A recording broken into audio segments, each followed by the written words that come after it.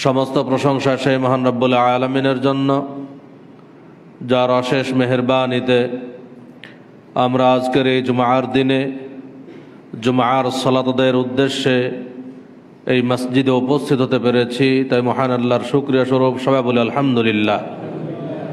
তারপর পরেই বর্ষিত হোক অসংখ্য দরুদ ও সালাম প্রিয় নবী বিশ্বনবী রহমাতুল্লিল আলামিন মুহাম্মদ সাল্লাল্লাহু আলাইহি ওয়াসাল্লামের প্রতি।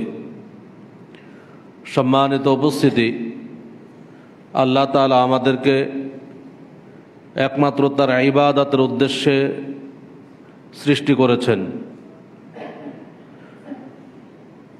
আল্লাহ তাআলা আমাদেরকে তার দুনিয়া অর্জনের জন্য পাঠাননি, বরং আমরা দুনিয়াতে আল্লাহর দাসত্ব করব এবং আমরা পরকালে সফলতা অর্জন করব, এটাই আল্লাহর চাওয়া।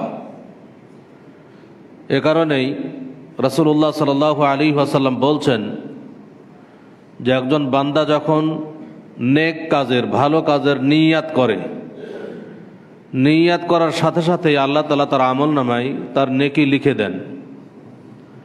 যখন সেই ভালো আমলটি করে, বাস্তবায়ন করে, তখন আল্লাহ তাআলা সেই নেকিকে 10 গুণ থেকে 700 গুণ পর্যন্ত বাড়িয়ে দেন। কিন্তু যখন একজন বান্দা পাপ কাজের নিয়াত করে, শুধুমাত্র নিয়াতের কারণে আল্লাহ তাআলা একটা পাপও লিখেন না।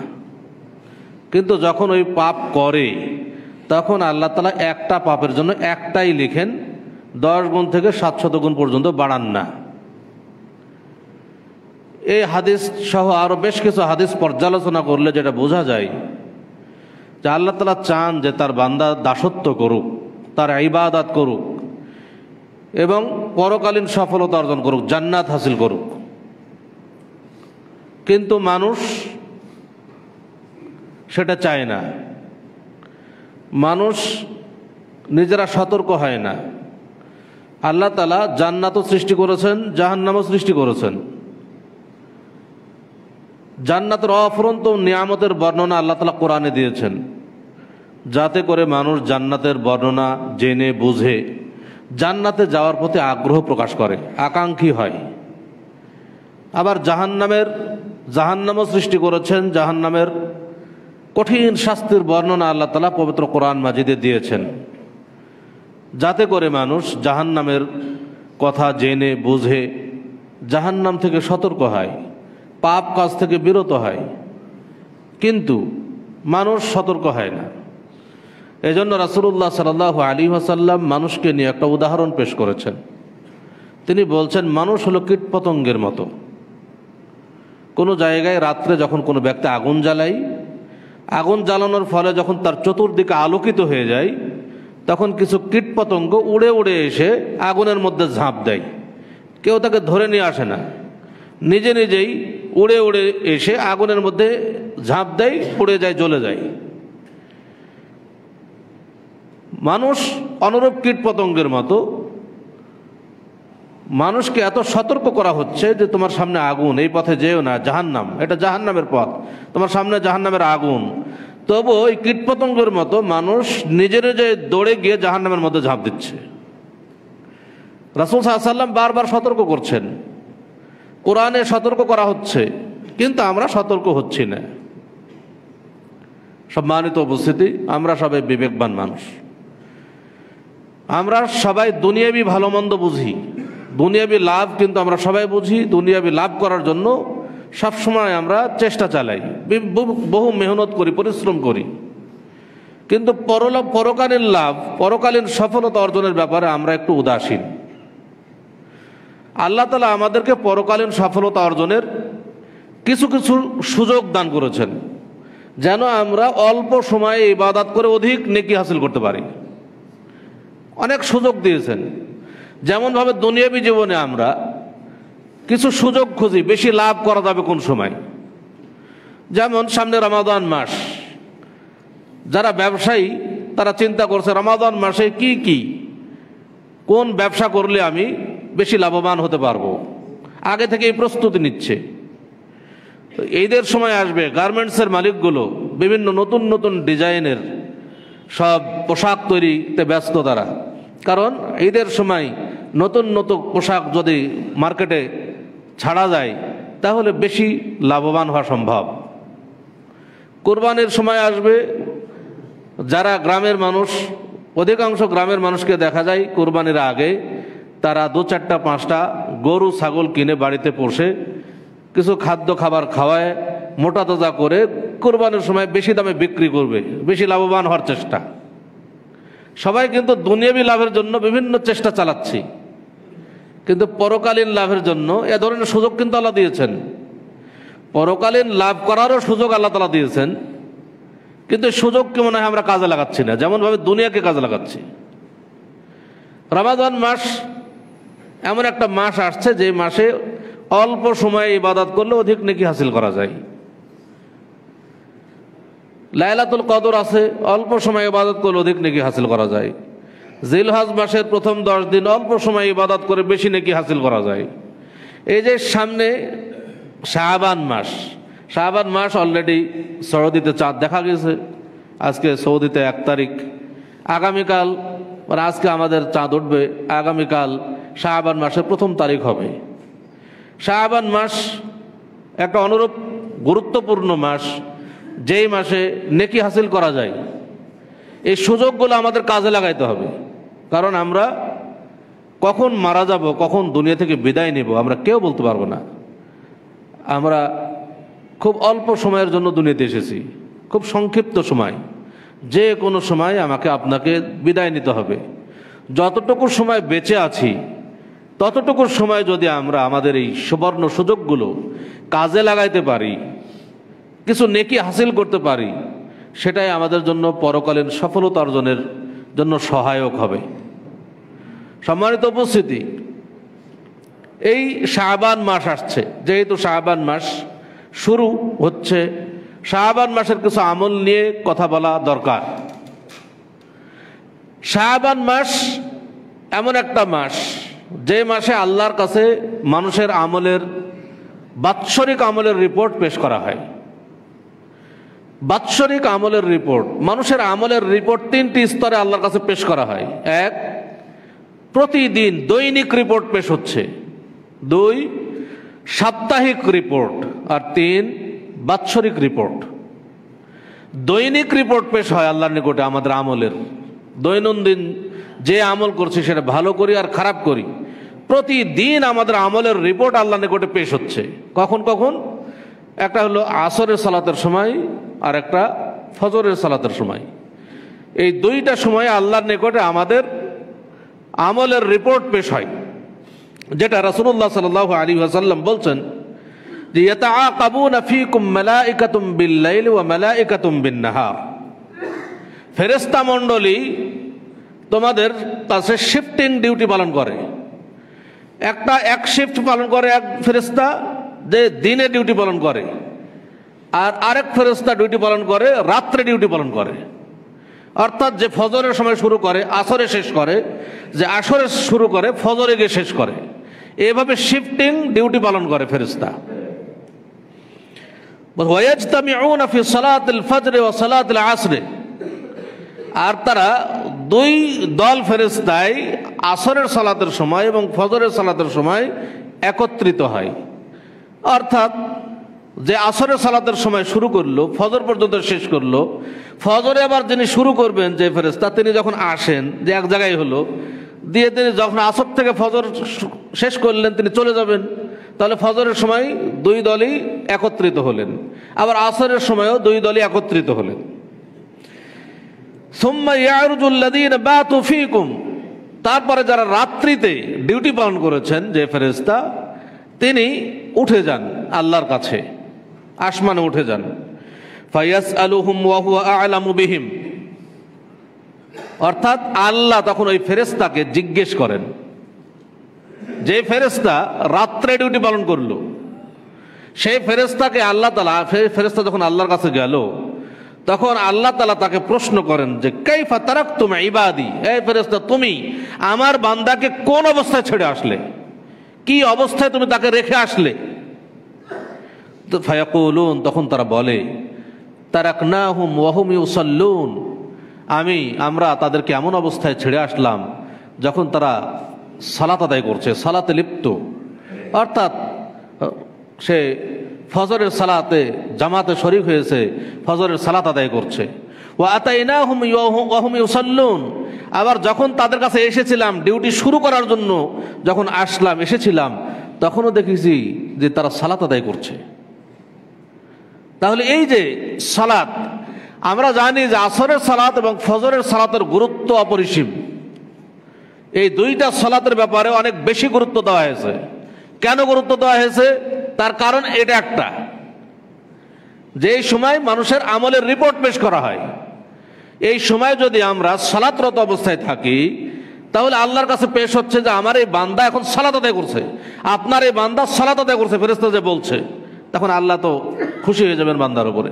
যদি আল্লাহ সবই জানেন, আল্লাহ যে আমার সম্পর্কে জানেন না তা নয়, তারপরেও আল্লাহ কিন্তু জিজ্ঞেস করছেন যে তোমরা তো ডিউটি পালন করলে, তোমরা আমার এই বান্দাকে কোন অবস্থায় ছেড়ে আসলে? তখন যারা যদি বলে যে আপনার বান্দাকে সালাতরত অবস্থায় ছেড়ে আসলাম, সালাত আদায় করছে, যখন তার কাছে গেছিলাম তখনও সে সালাত আদায় করছিল, তখন কত একটা ভালো রিপোর্ট পেশ হলো। আর যে বান্দা ফজরের জামাতে শরীক না হয়ে ঘুমিয়ে থাকে, আসরের সালাত সে শরীক না হয়ে সে ঘুমিয়ে থাকে বা বিভিন্ন কাজে ব্যস্ত থাকে, তখন আল্লাহর কাছে কি পেশ হবে?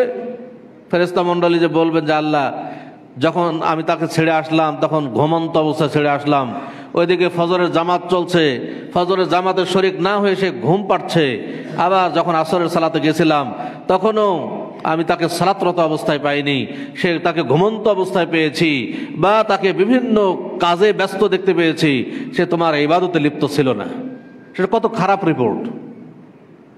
এজন্য রাসূলুল্লাহ সাল্লাল্লাহু আলাইহি ওয়াসাল্লাম আসর এবং ফজরের সালাতের গুরুত্ব বর্ণনা করে বলছেন, লা ইয়ালিজান নার আহাদুন সাল্লা ক্বাবলা তুলুইশ শামস ওয়া ক্বাবলা গুরুবিহা, ইয়ানি আল ফজর ওয়াল আসরা।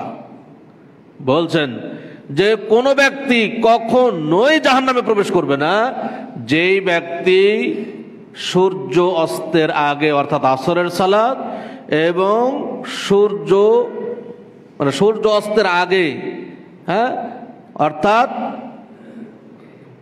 আসরের সালাত এবং সূর্য উদয়ের আগে অর্থাৎ ফজরের সালাত, এই দুইটি সালাত যে ব্যক্তি আদায় করবে সে কখনোই জাহান্নামে প্রবেশ করবে না।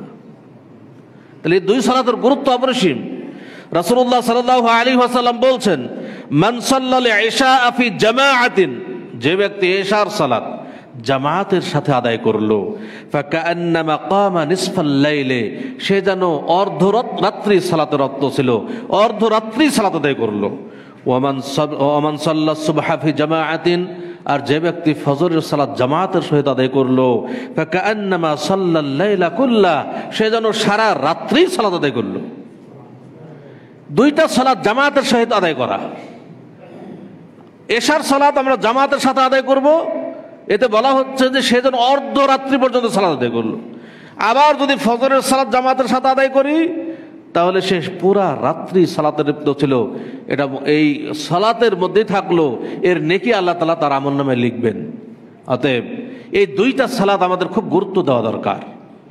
যে ব্যক্তি আসরের সালাত এবং ফজরের সালাত এবং এশার সালাত, ফজরের সালাত, এই দুইটা সালাত, এই তিন সালাত যদি কেউ গুরুত্ব দেয় তাহলে কিন্তু বাকি দুই ওয়াক্ত সালাত তার এমনিতেই হবে। জোহর সালাত তার হবে, মাগরিবের সালাত হবে, কিন্তু বিশেষ করে আসরের সালাত, এশার সালাত এবং ফজরের সালাত, এই তিনটা সালাতের গুরুত্ব একটু বেশি দিবেন, বাকি দুই ওয়াক্ত সালাত ইনশাআল্লাহ আদায় হয়ে যাবে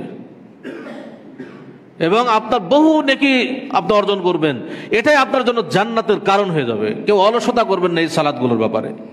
সালাতের ব্যাপারে, কোনো সালাতের ব্যাপারে অলসতা করা যাবে না, কারণ রাসূলুল্লাহ সাল্লাল্লাহু আলাইহি ওয়াসাল্লাম তিনি বলছেন, সাল্লি কাইমান, তুমি দাঁড়িয়ে সালাত আদায় করো, ফাইন লাম তাস্তাতি, তুমি যদি দাঁড়িয়ে সালাত আদায় করতে না পারো, ফাকাইদান, তাহলে বসে থেকে সালাত আদায় করো, ফাইন লাম তাস্তাতি, তুমি এত অসুস্থ যে বসে সালাত আদায় করতে পারছো না, ফাআলা জামবিন, তাহলে তুমি কাত হয়ে শুয়ে সালাত আদায় করো। সালাত মাপ নেই। একদা এক অন্ধ সাহাবী রাসূল সাল্লাল্লাহু আলাইহি ওয়াসাল্লাম, যে দুই চোখে দেখতে পায় না, তিনি এসে রাসূল সাল্লাল্লাহু আলাইহি ওয়াসাল্লামকে বলছেন, হে আল্লাহ রাসূল সাল্লাল্লাহু আলাইহি ওয়াসাল্লাম, আমি দুই চোখে দেখতে পাই না, আমি অন্ধ, আমাকে হাত ধরে কেউ মসজিদে নিয়ে আসবে, এ ধরনের কোনো ব্যক্তি আমার কাছে নাই। আমি কি বাড়িতে সালাত আদায় করতে পারি? রাসূলুল্লাহ সাল্লাল্লাহু আলাইহি ওয়াসাল্লাম বললেন, তুমি পারো, যেহেতু তোমার দুই চোখই অন্ধ, তোমাকে বাড়ি থেকে নিয়ে আসার মতো কেউ নাই, অতএব তুমি পারো। প্রথমে অনুমতি দিলেন। যখন তিনি চলে যেতে লাগলেন, রাসূল সাল্লাল্লাহু আলাইহি ওয়াসাল্লাম তাকে ডাক দিলেন, যাই তুমি শোনো, তুমি কি হাল তাসমাউন নিদা, তুমি কি আজান শুনতে পাও? তিনি বললেন যে হ্যাঁ আল্লাহ রাসূল সাল্লাল্লাহু আলাইহি ওয়াসাল্লাম, আমি তো আজান শুনতে পাই। রাসূল সাল্লাল্লাহু আলাইহি ওয়াসাল্লাম বললেন, ফাআজিব, যেহেতু তুমি আজান শুনতে পাও, অতএব তুমি মসজিদে আসবে, এটা তোমার জন্য ওয়াজিব। যে দুই চোখেই দেখে না, তার যদি বাড়িতে সালাত আদায় করার অনুমতি না থাকে, তাহলে আমাদের এই মতো দৃষ্টি সম্পন্ন ব্যক্তি, সুস্থ সবল ব্যক্তি, আমাদের কি বাড়িতে সালাত আদায় করার অনুমতি আছে? নিজেকে প্রশ্ন করি। এই মসজিদে যে আসবো, কত নেকি, আসলে আমরা নেকি হাসিলের পথ চিনি না। শুধুমাত্র মসজিদে আসবো। রাসূলুল্লাহ সাল্লাল্লাহু আলাইহি ওয়াসাল্লাম বলছেন, কেউ যদি বাড়ি থেকে ওযু করে মসজিদে আসে সালাত আদায় করার জন্য, বাড়ি থেকে মসজিদে আসা এবং সালাত আদায় শেষ করে মসজিদ থেকে বাড়ি ফিরে যাওয়া পর্যন্ত তার যতগুলো ধাপ হবে, প্রত্যেক ধাপে ধাপে একটা করে নেকি লেখা হবে, প্রত্যেক ধাপে ধাপে একটা করে পাপ ক্ষমা হয়, আর প্রত্যেক ধাপে ধাপে একটা করে মর্যাদা বৃদ্ধি হয়। সুবহানাল্লাহ, কত নেকির কাজ আসলে। শুধু আসবো মানে আমাদের চলাচলেও নেকি। আল্লাহ তাআলা নেকির পথ এত খুলে রেখেছেন যে আমরা যেন অর্জন করে যেন আমাদের জান্নাতের পথ সহজ করি, কিন্তু আমরা কিন্তু অর্জন করতে পারছি না। অথচ এইটাই যদি হয়তো দুনিয়াবি কোনো স্বার্থ থাকতো, এখানে যদি থাকতো যে প্রত্যেক ধাপে ধাপে একটা করে টাকা পাওয়া যাবে, তাহলে কিন্তু মসজিদ, এরকম মসজিদ কত মসজিদ লাগতো, কোনো মসজিদের জায়গা হতো না। টাকার লোভে হয়তো হিন্দুও মসজিদে আসতো পরিচয় গোপন করে। তাহলে আমরা দুনিয়াবি স্বার্থের জন্য সব করতে রাজি, কিন্তু পরকালীন স্বার্থ এটা আমরা বুঝি না। আমরা সবাই নগদে বিশ্বাস করি, যা নগদ পাই সেটাতে আমরা বিশ্বাসী, বাকিতে বিশ্বাস করি না। কবে সালাত আদায় করব, কবে মরবো, আর কবে জান্নাতে যাব, মনে হয় এটা আমাদের কাছে বাকির একটা বিষয়। অথচ আমাদের মৃত্যু যে কোনো সময় আসবে। মৃত্যু পরবর্তীকাল, পরকালীন জীবন, এটাই হচ্ছে চিরস্থায়ী জীবন। সেই জীবনে সুখ লাভ করতে পারলে আসল সফলতা, এইটা আমরা খুব কম মানুষই বুঝছি।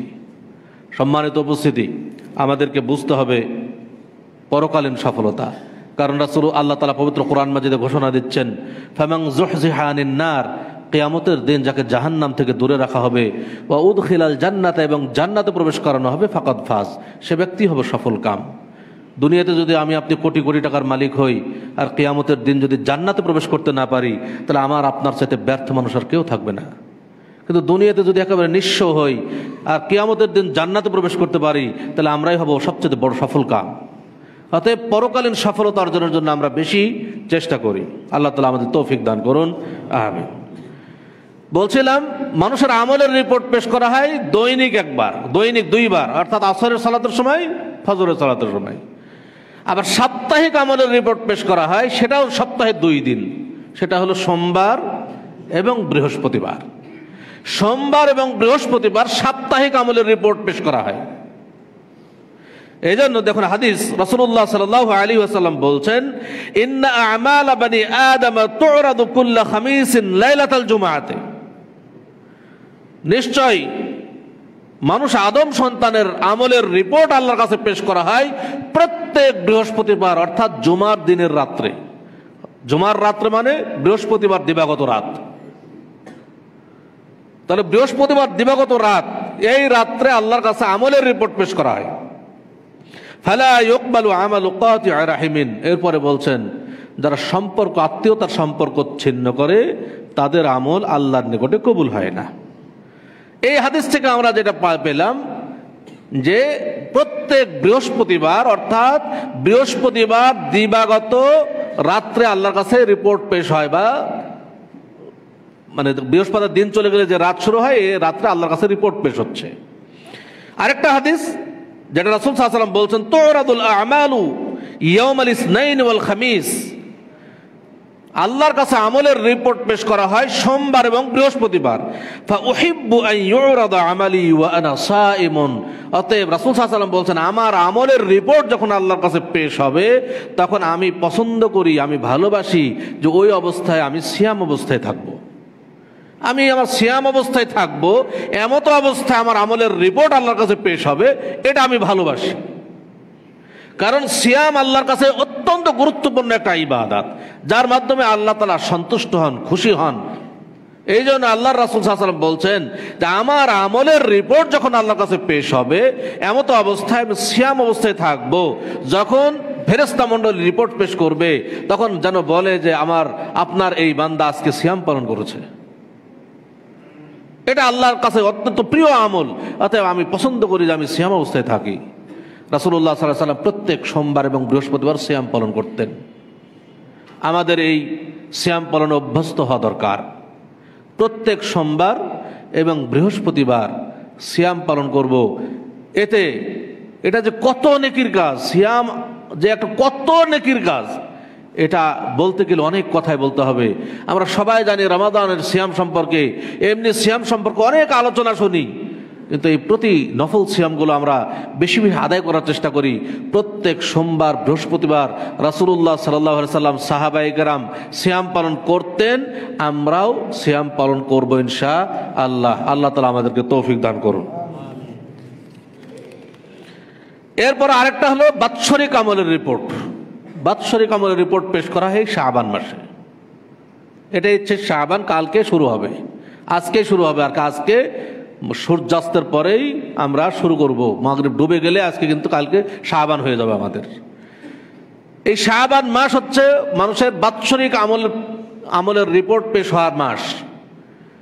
এজন্য হাদিসে এসেছে যে উসামা ইবনে যায়েদ রাদিয়াল্লাহু তাআলা আনহু বলছেন, কুলতু ইয়া রাসূলুল্লাহ, আমি আল্লাহর রাসূল সাল্লাল্লাহু আলাইহি ওয়াসাল্লামকে বললাম যে হে আল্লাহর রাসূল সাল্লাল্লাহু আলাইহি ওয়াসাল্লাম, লাম আরাকা তাসুমু শাহরান মিনাশ শুহুরি মা তাসুমু মিন শাবান।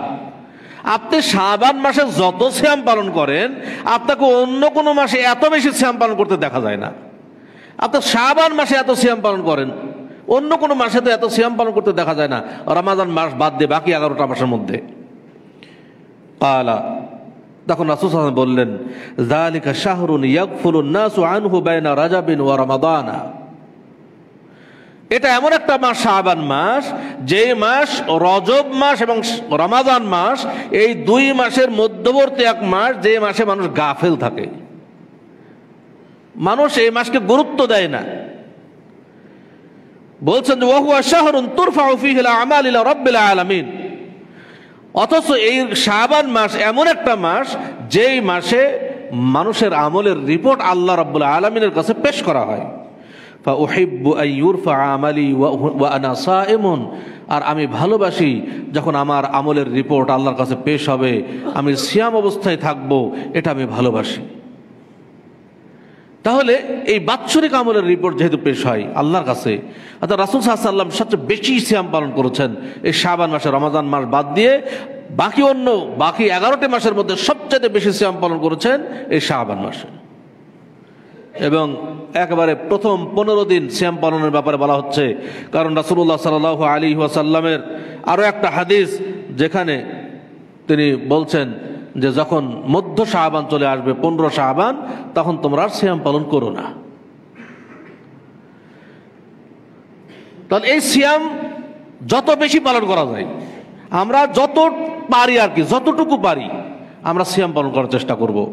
কারণ সিয়াম আল্লাহর কাছে অত্যন্ত গুরুত্বপূর্ণ একটা ইবাদত। রাসূলুল্লাহ সাল্লাল্লাহু আলাইহি ওয়াসাল্লাম বলছেন, মান সামা ইয়াওমান ফি সাবিলিল্লাহ, যে ব্যক্তি আল্লাহর রাস্তায় আল্লাহর জন্য একদিন সিয়াম পালন করবে, বা'আদাল্লাহু ওয়াজহাহু আনিন নারি 70 খরিফা, আল্লাহ তাআলা তার চেহারাকে জাহান্নামের আগুন থেকে 70 বছরের পর দূরত্ব সৃষ্টি করে দেবেন। একদিন সিয়াম যদি আল্লাহর সন্তুষ্টির জন্য কেউ আদায় করে, কত নেকির কাজ। 70 বছরের পর, মানে জাহান্নামে সে কখনোই প্রবেশ করবে না যদি আল্লাহর নিকটে সে সিয়ামটি কবুল হয়ে যায়।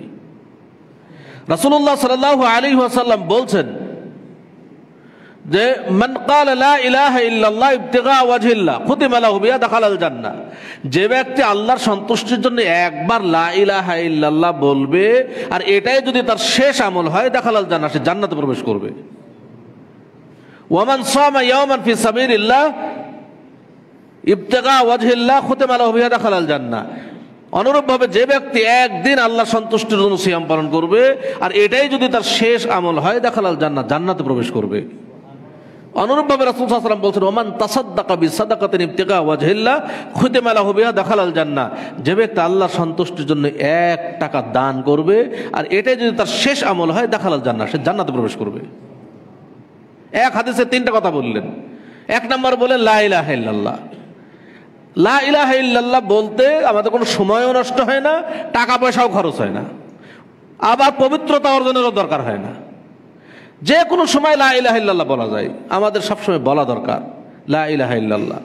দুঃখের বিষয় হলো আমাদের মধ্যে থেকে এই আমলগুলো চলে গেছে। আজকে বর্তমান জামানার যুবক কানে ইয়ারফোন লাগায় বিভিন্ন গান শুনছি, কিন্তু যে একবার লা ইলাহা ইল্লাল্লাহ বলবো এর তৌফিক হয় না আমাদের। এটা খুবই দুঃখের বিষয়। অথচ আমরা বলছি যে আমরা মুসলিম।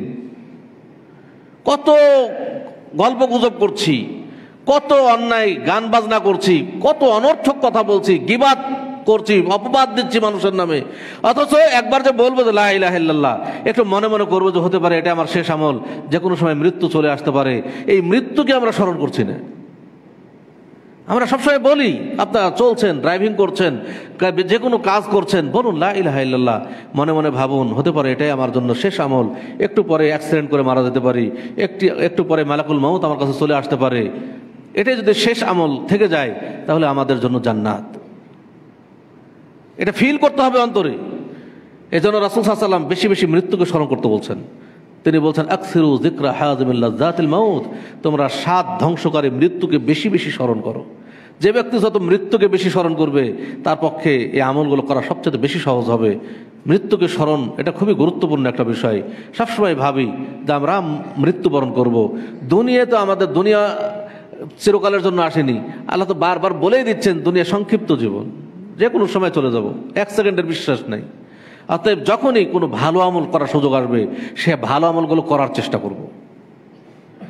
অনুরূপভাবে একটা সিয়াম যে ব্যক্তি আদায় করলাম, সিয়াম পালন করলাম, মারা গেলাম, এই যে মারা গেলাম, এই যে ভালো একটা আমল, এটাই যদি শেষ আমল হয় আল্লাহ রাসূলের ভাষা অনুযায়ী দাখালাল জান্নাহ, সে জান্নাতে প্রবেশ করবে। 1 টাকা দান করবেন, কোটি কোটি টাকা দান করতে হবে বিষয়টা, আপনার সামর্থ্য আছে দান করেন। যার সামর্থ্য, আমার 5 টাকা সামর্থ্য আছে, আমি 5 টাকা দান করে দিলাম, এটাই যদি শেষ আমল হয় এটা জান্নাতের ওসিলা, এটাই জান্নাতে পৌঁছার মাধ্যম হয়ে যাবে। অতএব যখনই সুযোগ তখনই চেষ্টা করি। আপনি রাস্তাতে হেঁটে যাচ্ছেন, একটা ইট পড়ে আছে, হতে পারে ওখানে একটা মোটরসাইকেল অ্যাক্সিডেন্ট করতে পারে, হতে পারে কারো গাড়ির অ্যাক্সিডেন্ট করতে পারে, কারো পা লাগতে পারে, আপনি একটু রাস্তা থেকে সরিয়ে দিলেন, একটা ভালো আমল করলেন। এটা যদি আপনার শেষ আমল হয় এটা আপনার জন্য জান্নাতের ওসিলা হয়ে যাবে। সহজ সহজ কাজ, সহজ কাজগুলোকে আমরা কিন্তু করতে জানি না। সবসময় চেষ্টা করবে মানুষের উপকার করার, যে কোনোভাবে যদি মানুষের উপকার করেন। একটা মানুষ একটা বিপদে আছে, আপনি তার বিপদ দূর করলেন, হয় টাকা পয়সা দিয়ে করতে পারেন, আপনি টাকা পয়সা দিবেন না, আপনি একটা ভালো পরামর্শ দেন, আপনার পরামর্শ পেয়ে যেন সে কাজটা করতে পারে।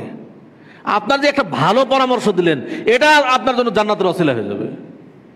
একটা ভালো পরামর্শ, তার একটু উৎসাহ দিলেন কাউকে ভালো কাজের প্রতি, এগুলো কিন্তু অনেক বড় বড় আমল, কিন্তু আমরা গুরুত্ব দেই না। সম্মানিত উপস্থিতি, আমরা চেষ্টা করব এই শাবান মাস যেহেতু আগামীকাল থেকে শুরু, যত পারবো প্রথম থেকে একবার 15 তারিখ পর্যন্ত সিয়াম পালন করার চেষ্টা করব, যে যতটা পারি। কেউ যদি একবার টানা 15টা পারি আলহামদুলিল্লাহ, খুবই সুন্দর।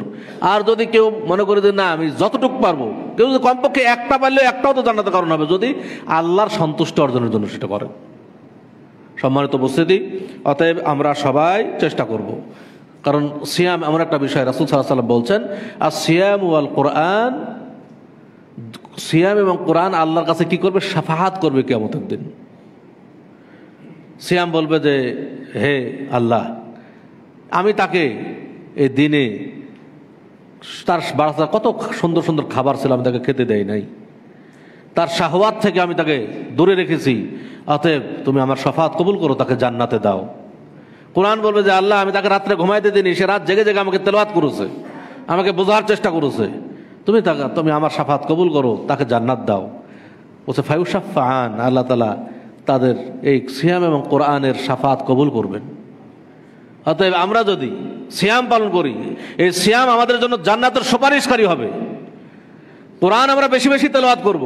আমরা কোরআন তেলাওয়াত করতে জানি না, আমরা মসজিদে আসি এই জুমার দিনে, এই জুমার দিনে আমরা সবাই তো পারি যে কিছু আগে আসার, আমরা এমন কি ব্যস্ত থাকি আসলে যে একটা দিন মসজিদে আগে আসতে পারি না। অথচ জুমার আজানের পূর্বেই জুমার দিনে খতিব মেম্বারে ওঠার আগে আসলে যায় আলাদা একটা ফজিলত আছে, যে প্রথম ঘন্টায় আসে সে একটা ওট কুরবানি করার সওয়াব পাবে, তারপরে যে আসে সে একটা গরু কুরবানি করার সওয়াব পাবে, তারপরে যে আসে সে একটা ছাগল কুরবানি করার সওয়াব পাবে।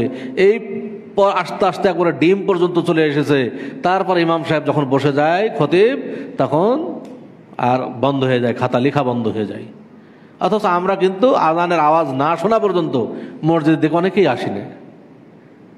আমরা তো আসতে পারি আধা ঘন্টা আগে যদি মসজিদে আসি, মসজিদে বসে যদি আমরা কোরআন তেলাওয়াত করি, একটা আয়াত তেলাওয়াত করলাম, কত নেকি হাসিল করলাম। একটা আয়াত তেলাওয়াত কত হরফ হলো, প্রত্যেক হরফের বিনিময়ে 10টা করে নেকি, প্রতি হরফের বিনিময়ে 10টা করে নেকি অর্জন হলো। তাহলে কত নেকি হবে আমরা যদি 10 মিনিট কোরআন তেলাওয়াত করি। কত আয়াত পড়লাম 10 মিনিটে, 10 মিনিটে যদি 10টা আয়াত তেলাওয়াত করি, 10টা আয়াতে কত হরফ রয়েছে, প্রত্যেক হরফে 10টা করে নেকি, কত নেকি অর্জিত হলো। অথচ আমরা কোরআন তেলাওয়াত করি না। আমাদের কোরআন তেলাওয়াত অভ্যস্ত হতে হবে, বেশি বেশি কোরআন তেলাওয়াত করতে হবে, যে যত পারি। সম্মানিত উপস্থিতি, এবার আসুন আমরা এই সিয়াম তো পালন করব। রমাদান এই শাবান মাসে কিছু আমল আছে যেটা আবার বর্জনীয়। শাবান মাসে কিছু সুন্নাতি আমল, যেটা এই সিয়াম পালন করা, এই সিয়াম আমরা পালন করবো ইনশাআল্লাহ। আবার বর্জনীয় বিষয় আছে যেটা আমাদের দেশে হয়ে থাকে বিশেষ করে, সেটা হলো মধ্য শাবানের শবে বরাত পালন করা হয়। শবে বরাত, যে শবে বরাত পালন করা হয় এবং শবে বরাতের বিশেষ বিশেষ ফজিলত বর্ণনা করা হয়। তার মধ্যে একটা ফজিলত বর্ণনা করা হয়, বলা হচ্ছে এটা কোরআন নাজিলের মাস। কোরআন নাজিলের মাস তারা দলিল পেশ করে সূরা দুখানের 3 নম্বর আয়াত। আল্লাহ তাআলা বলছেন ইন্না আনজালনাহু ফি লাইলাতিন মুবারাকা, নিশ্চয় আল্লাহ তাআলা কোরআন নাজিল করেছেন এক বরকতময় রজনীতে। যারা বলে যে শবে বরাতের রাত্রিতে কোরআন নাজিল হয়েছে, তারা বলছে যে বরকতময় রজনী হচ্ছে মধ্য শাবানের রাত।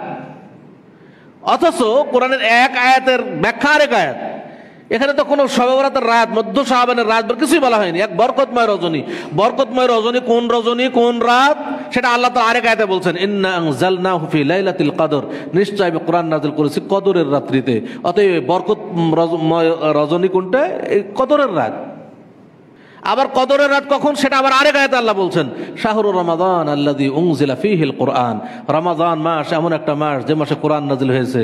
অতএব কোরআন নাজিলের মাস রমাদান মাস, কোরআন নাজিলের রাত লাইলাতুল কদর, কদরের রাত, এটা মধ্য শাবানের রাত নয়।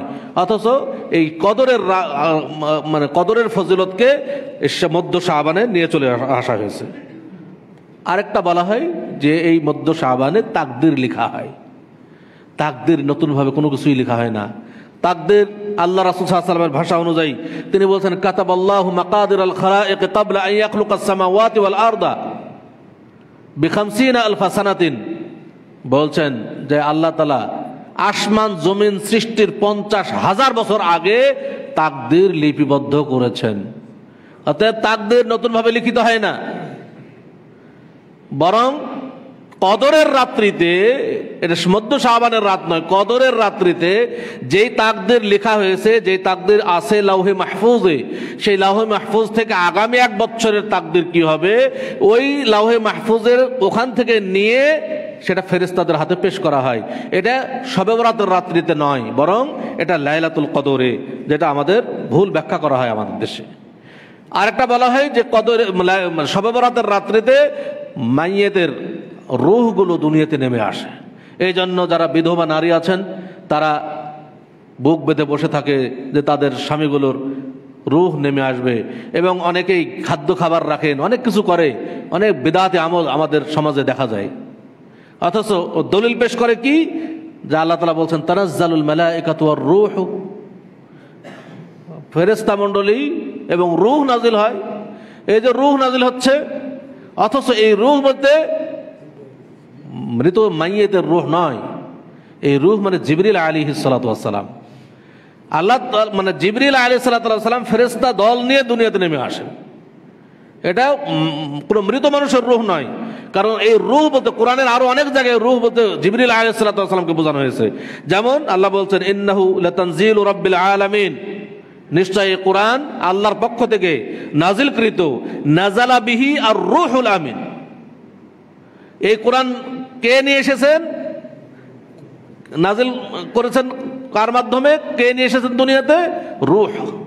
এটা জিবরিল আলাইহিস সালাতু ওয়াস সালাম, বিশ্বস্ত ফেরেশতা জিবরিল আলাইহিস সালাতু ওয়াস সালাম এই কোরআন নিয়ে এসেছেন। আরেকটা আয়াত যেটা বলা হচ্ছে রফিউদ দারাজাত যুল আরশে ইউলকির রূহা, এই যে ইউলকির রূহা প্রেরণ করেছেন, আর রূহকে প্রেরণ করলেন, রূহকে প্রেরণ করেন মানে কি, জিবরিল আলাইহিস সালাতু ওয়াস সালামকে প্রেরণ করেন আল্লাহর নির্দেশে, জিবরিল আলাইহিস সালাম প্রেরিত হয়। অতএব এই রূহ বলতে কোনো মৃত মানুষের রূহ নয়। আরেকটা যেটা তা দাবি করা হয়, এই শবে বরাত রাত্রিতে মানুষকে ক্ষমা করা হয়, পাপ ক্ষমা হয়ে থাকে, যে ব্যাপারে কিছু দলিল পেশ করা হয়। এক নম্বর দলিল তারা যেটা পেশ করে, যেটা হাদিস, যে ইযা কানাত লাইলাতুন নিসফি মিন শাবান ফাকুমু লাইলাহা ওয়া সুমু ইয়াওমাহা, যখন নিসফে শাবান, মধ্য শাবান আসবে, তখন তোমরা দিনে সিয়াম পালন করো আর রাত্রিতে সালাত আদায় করো। ফাইন্নাল্লাহ ইয়ানজিলু ফিহা লিগুরুবিশ শামসি ইলা সামাঈদ দুনিয়া, কারণ মধ্য শাবানের যখনই দিন চলে যে রাত শুরু হয়, সূর্য ডুবে যায়, তখন আল্লাহ তাআলা দুনিয়ার আসমানে নেমে আসেন। ফায়াকুল, এবং বলতে থাকেন আলা মিন মুস্তাগফিরিন ফাআগফির আলাহ, কে আসো ক্ষমা প্রার্থী, আমি তাকে ক্ষমা করব। আলা মুস্তারজিকুন ফাআরজুকা, কে আসো রিজিক প্রার্থী, আমি তাকে রিজিক দান করব। আলা মুবতালান ফাউআফিয়াহু, কে আসো রোগ মুক্তি প্রার্থনাকারী, আমি তাকে রোগ থেকে মুক্তি দান করব। আলা কাজা আলা কাজা, কে আসো অমুক ব্যক্তি, এইভাবে আল্লাহ তাআলা ডাকতে থাকেন। হাত্তা ইয়াতলু আল ফাজর, যতক্ষণ পর্যন্ত ফজর উদিত না হয়, ফজর উদিত হওয়া পর্যন্ত আল্লাহ তাআলা ডাকতে থাকেন। এই হাদিস যেটা ইবনে মাজাতে এসেছে, ইবনে মাজা 1388 নম্বর হাদিস। এই হাদিস সম্পর্কে মুহাদ্দিসিনে কেরাম যেটা বলছেন, বলছে হাযা হাদিসুন মাওদুউন, এটা হচ্ছে জাল হাদিস, বানোয়াট হাদিস। এই হাদিসের মধ্যে ইবনে আবি সাবরা, যার পরিপূর্ণ নাম হচ্ছে আবু বকর ইবনে আব্দুল্লাহ ইবনে মুহাম্মদ ইবনে আবি সাবরা, আহমদ ইবনে হাম্বল রাহিমাহুল্লাহ এবং ইবনে মাইন রাহিমাহুল্লাহ, তারা বলছেন যে এই ইবনে আবি সাবরা যিনি হাদিস জালকারী। অতএব এই ইবনে আবি সাবরা যত হাদিসের মধ্যে থাকবে প্রত্যেকটা হাদিসই জাল, কারণ এই হাদিস জালকারী। অতএব এই হাদিস হলো জাল হাদিস পেশ করা হচ্ছে। দ্বিতীয়ত, এটা সহিহ হাদিসের বিপরীত, যেখানে রাসূল সাল্লাল্লাহু আলাইহি ওয়াসাল্লাম বলছেন ইয়ানজিলু রাব্বুনা তাবারাকা ওয়া তাআলা ফি কুল্লি লাইলাতিন ইলা সামাঈদ দুনিয়া হিনা ইয়াবকা সুলুসুল লাইলিল আখির, আল্লাহ তাআলা প্রত্যেক রাত্রের শেষ তৃতীয়াংশে দুনিয়ার আসমানে নেমে আসেন।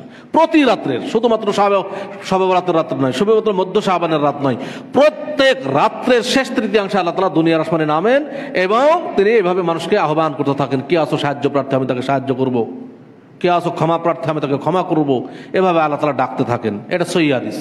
অতএব আগে যে হাদিসটা বললাম এটা এই সহিহ হাদিসেরও বিপরীত, শুধুমাত্র মধ্য শাবানের রাত্রে এটা বলে থাকেন, এই হাদিস মানে জাল হাদিস। দুই নম্বর দলিল তারা পেশ করে থাকে, একদা আয়েশা রাদিয়াল্লাহু তাআলা আনহা তিনি দেখলেন যে তার ঘরে রাসূল সাল্লাল্লাহু আলাইহি ওয়াসাল্লাম নাই, খুঁজে পাচ্ছেন না।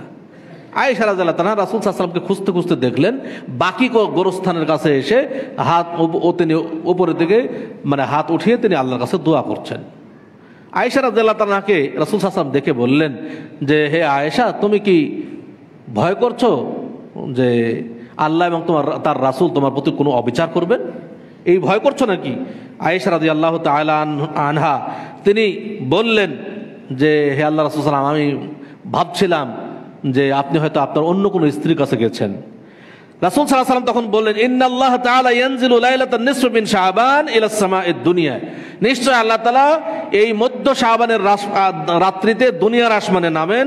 ফায়াগফিরু, লিআকসারি মিন আদাদি শারি গানামি কালবিন, অতঃপর দুনিয়ার আসমানের নামের এবং এই কালব গোত্রের ছাগলের পশমের চাইতে বেশি মানুষকে তিনি ক্ষমা করে থাকেন।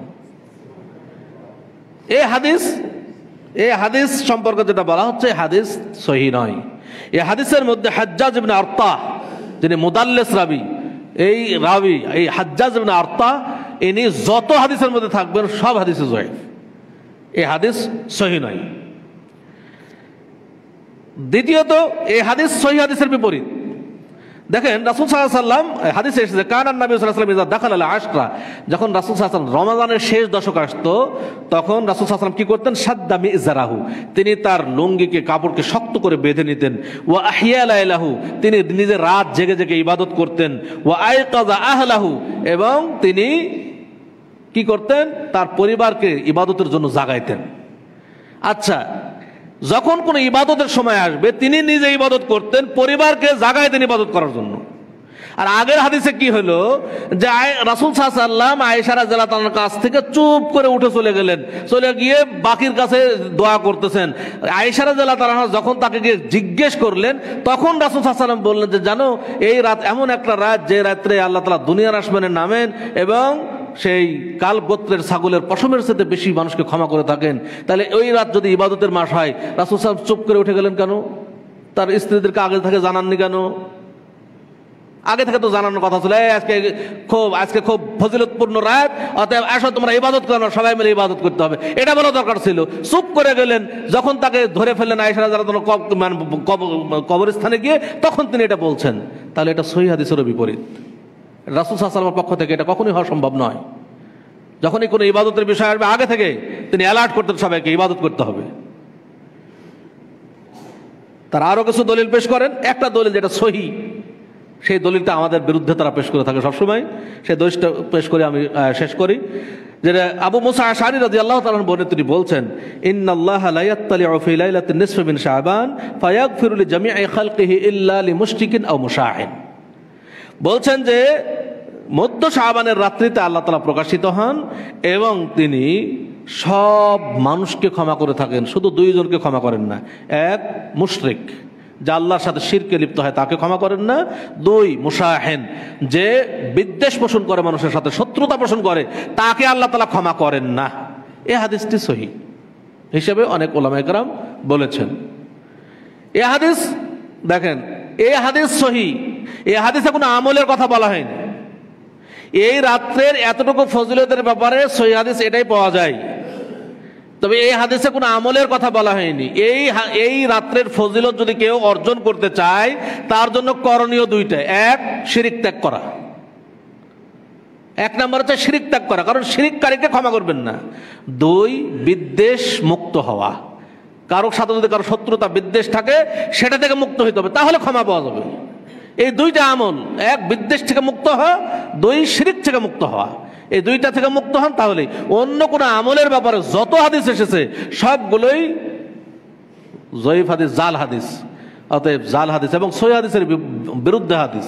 অতএব এই হাদিসগুলোকে মানে কোনো ইবাদতের জন্য খাড়া করা ঠিক নয়।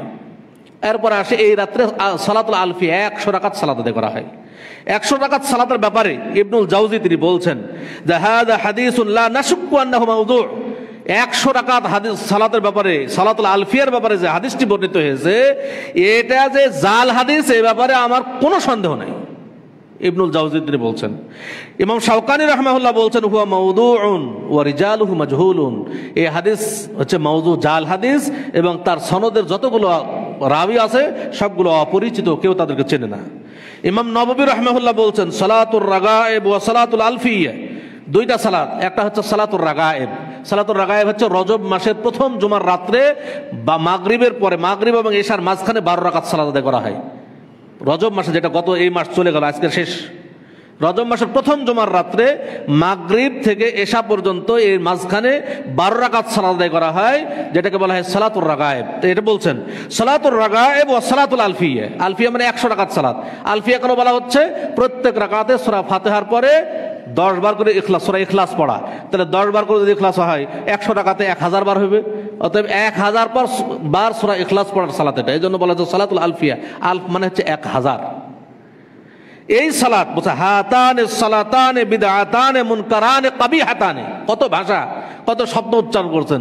বলছে এই সালাতুল রাগায়েব এবং সালাতুল আলফিয়া এই দুইটি সালাত বলছে যে বিদআতানে, এই দুইটি সালাত হচ্ছে বিদআত সালাত। মুনকারান নিকৃষ্ট, কাবিহাতান মানে একবার মুনকার যেটা সহিহ হাদিসের বিপরীত, কাবিহাতান মানে নিকৃষ্ট বিদআত এগুলো। অথচ আমাদের দেশে কিন্তু অনেক ফজিলতের আশায় এই সালাতুল আলফিয়া পড়া হচ্ছে। সম্মানিত উপস্থিতি, আমরা সুন্নাত আমল করব, রাসূল সাল্লাল্লাহু আলাইহি ওয়াসাল্লাম যা করেছেন সেটা করব, বিদআত থেকে বেঁচে থাকব, কারণ বিদআতের পরিণাম হলো জাহান্নাম। আল্লাহ তাআলা আমাদের এই শাবান মাসের পূর্ণ ফজিলত হাসিল করার তৌফিক দান করুন, এবং শাবান মাসে যে বিদআতগুলো আমাদের দেশে প্রচলিত রয়েছে এই বিদআত থেকে বেঁচে থাকার তৌফিক দান করুন। আমিন। আকুলু কাওলি হাযা ওয়া আস্তাগফিরুল্লাহ লি ওয়া লাকুম লিসাইরিল মুসলিমিন ফাস্তাগফিরুহু ইন্নাহু হুয়াল গফুরুর রাহিম।